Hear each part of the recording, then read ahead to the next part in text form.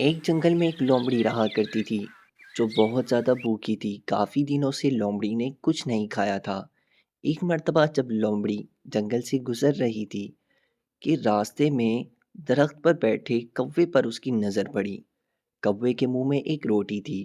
کوے کے منہ میں روٹی دیکھتے ہی لومڑی کے دماغ میں ایک آئیڈیا سوچا اور اس نے کوے سے کہا، ارے کوے بھیا، کیا بات ہے آپ کی تو بہت ہی خوبصورت پر ہیں۔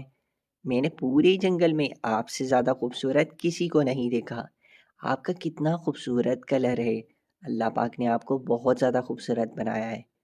میں تو بس آپ کا دیوانہ ہو گیا ہوں، میری نظریں تو آپ سے ہٹ ہی نہیں رہی۔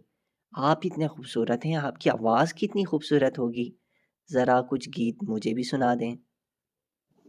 کوا